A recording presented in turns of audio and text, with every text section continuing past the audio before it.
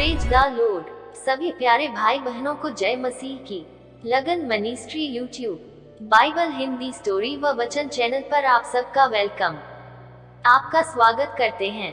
यीशु की कृपा आपके परिवार पर हमेशा बनी रहे। हम सारी आदर और महिमा प्रभु यीशु को देते हैं। प्रभु यीशु के अनुग्रह से आज हम बाइबल से एक नई कहानी लेकर आए हैं।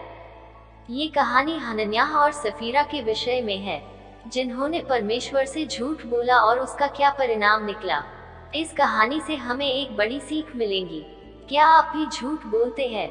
हाँ जी, आज की ये कहानी हमें सिखाएगी कि क्या परमेश्वर के प्रति झूठ बोलना सही है या गलत। बाइबल कहीं पर भी ऐसे उदाहरण को प्रस्तुत नहीं करती जहाँ झूठ बोलने को सही माना गया हो, क्योंकि 9वीं आज्ञा में झूठी गवाही देने का निषेध पाया जाता है। नीति वचन 6 का 16 से 19 वचन में झूठ बोलने वाली जीभ और झूठ बोलने वाले साक्षी को परमेश्वर ने घृणित 7 बातों में शामिल किया है। पवित्र शास्त्र में झूठ बोलने के कई उदाहरण हैं। उत्पत्ति 27 में याकूब के धोखा से लेकर प्रेरितों के काम अध्याय 5 में हनन्याह और सफीरा के द्वारा बहाना बनाया जाना इत्यादि हैं। और अंत में हम देखते हैं कि झूठ बोलना दुख, हानि और न्याय की ओर ले जाता है। तो आज के ये कहानी हनन्याह और सफीरा के झूठ के विषय में संक्षिप्त विवरण को बताएगी कि इन दोनों ने परमेश्वर के प्रति झूठ बोलने का क्या परिणाम मिला। और कहानी के अंत में हम 2 उदाहरण ऐसे भी देखेंगे जहां परमेश्वर ने परिस्थिति के अनुसार झूठ बोलने पर उनको आशीषित किया। और बाइबल में प्रभु के एक प्रेरित ने भी झूठ बोला था, परंतु उस प्रेरित ने बहुत पश्चाताप किया और रोया। लेकिन प्रभु तो करुणामय और दयालु है। प्रभु ने उस प्रेरित को क्षमा कर दिया। आमीन, हालेलुया। तो प्रश्न अब भी हमारे सामने वैसे ही बना हुआ है।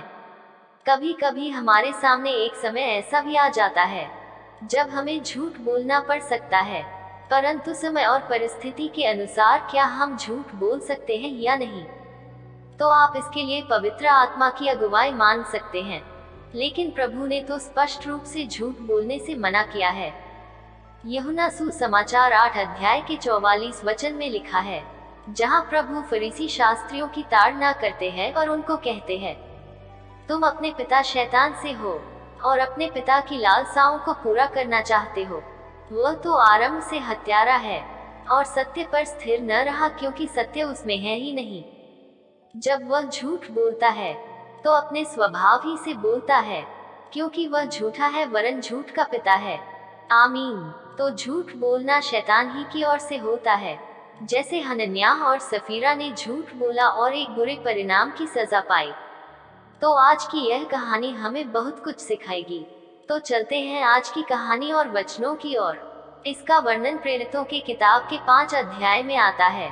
यीशु अपने चेलों को छोड़कर जब स्वर्ग लौटा तो 10 दिन बाद करीब 3000 लोगों ने बपतिस्मा लिया और नई कलीसियाओं की स्थापना की शुरुआत हुई। उस समय यरूशलेम में पिन्तेकुस्त का त्योहार मनाया जा रहा था और लोग दूर दूर से आए हुए थे। बपतिस्मा लेने के बाद यीशु के प्रेरितों से अपने नए विश्वास के बारे में ज्यादा जानने के लिए वे वहां कुछ और दिन रुकना चाहते थे। इसलिए यीशु के कुछ चेलों ने अपने पैसों से उनकी जरूरतों का ख्याल रखा। उस कलीसिया में विश्वास करने वाले लोग एक चित्त और एक मन के थे। यहाँ तक कोई भी अपनी संपत्ति अपनी नहीं कहता था, परंतु सब कुछ सांझे का था। और प्रेरित बड़ी सामर्थ से प्रभु यीशु के जी उठने की गवाही देते थे और उन सब पर प्रभु का बड़ा अनुग्रह था। उनमें कोई भी गरीब नहीं था, क्योंकि जिनके पास भूमि या घर थे वे उनको बेच बेचकर बिकी हुई वस्तुओं का दाम लाते और उसे प्रेरितों के पांवों पर रखते थे। और जैसी जिसे आवश्यकता होती थी उसके अनुसार हर एक को बांट दिया करते थे। और उनमें एक यूसुफ नाम का सेवक था। उसकी कुछ भूमि थी जिसे उसने बेचा और दाम के सारे रुपए लाकर प्रेरितों के पांवों पर रख दिए। और ऐसा करने पर मंडली के प्रेरित और सारे लोग खुश हुए होंगे, क्योंकि उसने ईमानदारी और सच्चाई से सारा का सारा पैसा प्रेरितों को सौंप दिया था। उसने परमेश्वर से कोई छल कपट और झूठा काम नहीं किया। वहाँ हनन्याह नाम का व्यक्ति भी उसी मंडली में एक सेवक था और उसकी पत्नी का नाम सफीरा था। ये दोनों पति पत्नी प्रेरितों की उस मंडली के सदस्य थे और वहाँ आए हुए लोगों की सेवा करते थे। जैसा कि आज के समय ऐसे विवाहिता जोड़ा कलीसिया में देखने को मिल जाएगा। तो इस जोड़े ने भी यूसुफ और मंडली के अन्य सदस्यों की तरह कलीसिया में पैसों से दान रूप की सेवा करने की सोची, क्योंकि वहां के सभी सदस्य इस प्रकार से सेवा कर रहे थे। हनन्याह और सफीरा के पास भी एक खेत था, तो उन्होंने वह खेत बेच दिया ताकि जो रकम मिले वह प्रेरितों के पास ले आए। ऐसा करने के लिए उनको किसी ने नहीं कहा था, बल्कि वे अपनी मर्जी से, अपनी ही इच्छा से ऐसा कर रहे थे कि जब जमीन के रुपए आ जाएंगे तो हम सारा पैसा प्रेरितों के पास मंडली में जमा करा देंगे, ताकि सभी लोगों की सेवा अच्छी रीति से हो सके। आमीन। प्रभु के अनुग्रह से उनकी जमीन अच्छे दाम पर बिक जाती है। ऐसा होने पर वे अवश्य ही खुश हुए होंगे। शायद उनकी जमीन के इससे पहले कम दाम लगे होंगे। एक मंडली के सदस्य होने के नाते या तो उन्होंने प्रेरितों से इस विषय में प्रभु से प्रार्थना करवाई होगी या स्वयं भी करी होगी कि अगर ये जमीन बिक जाए तो हम पूरे के पूरे दाम के रुपए कलीसिया में जमा कर देंगे। प्रभु के लोगों, जैसा कि हम भी मंडली या प्रभु के सामने ऐसा ही वादा कर देते हैं, तो क्या प्रभु हमारी बातों को सुनता है? हाँ, वो अवश्य ही सुनता है।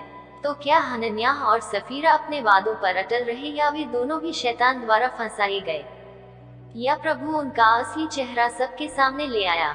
तो देखते हैं आगे कहानी में क्या होता है। जैसे उन दोनों को अपनी जमीन के दाम के रुपए प्राप्त हुए, तो उन दोनों के मन में लालच पैदा हो गया। उन्होंने सोचा कि इनमें से कुछ पैसे अपने पास रख लेते हैं, किसको क्या पता चलेगा, और कुछ पैसे हम प्रेरितों के पास जमा कर देंगे और हम मंडली के सदस्य के रूप में भी बने रहेंगे, क्योंकि वे दोनों कलीसिया में अपने आप को अच्छा साबित करने की कोशिश कर रहे थे।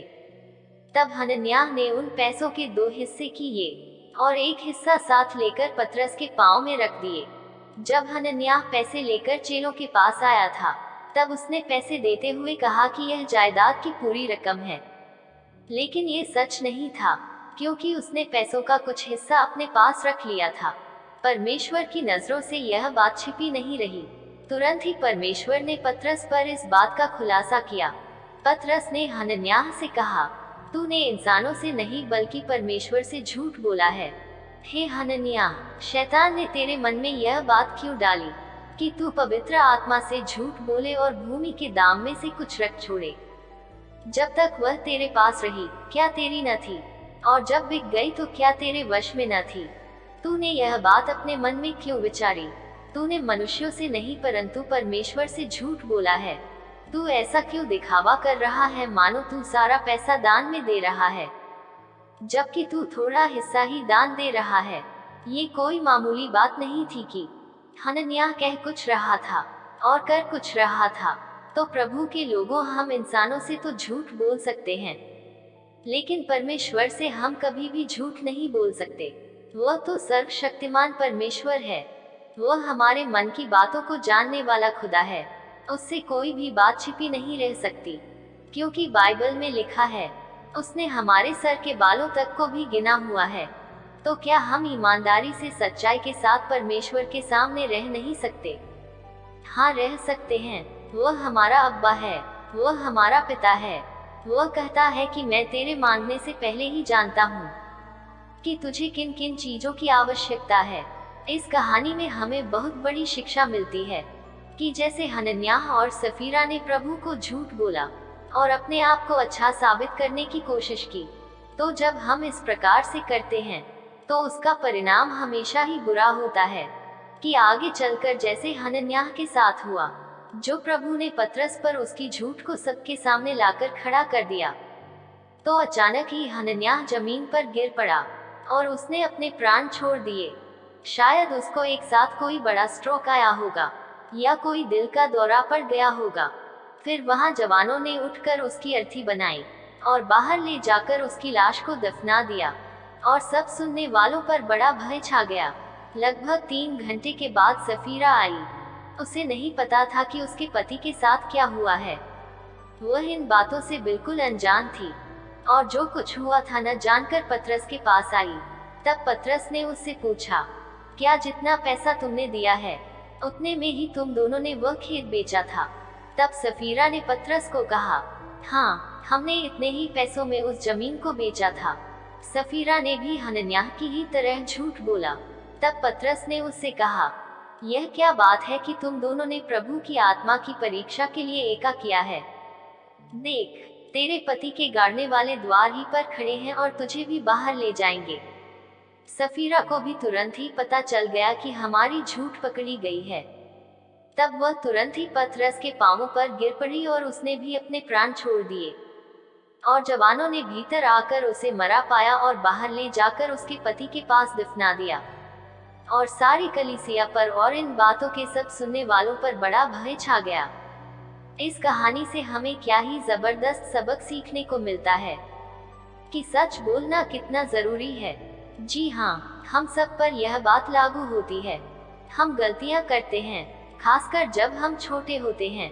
क्या आपको ये जानकर खुशी नहीं होती कि प्रभु यीशु आपसे प्यार करता है? याद रखिए, हम सभी को सच बोलना चाहिए। अगर हम झूठ बोलने जैसी बड़ी गलती कर देते हैं तो हमें परमेश्वर से गिड़गिड़ाकर माफी की भीख मांगनी चाहिए। जैसे पतरस ने भी झूठ बोला था कि वह प्रभु को नहीं जानता, परंतु बाद में पतरस ने बहुत पश्चाताप किया और रोया। तब प्रभु ने उसे माफ कर दिया।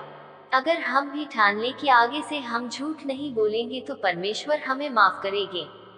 आमीन, हालेलुया। बाइबल से 2 उदाहरण में देखेंगे कि जहां एक भयानक बुराई को रोकने के लिए झूठ बोलना पड़ा, परंतु परमेश्वर ने उनको आशीष में ही बदल दिया।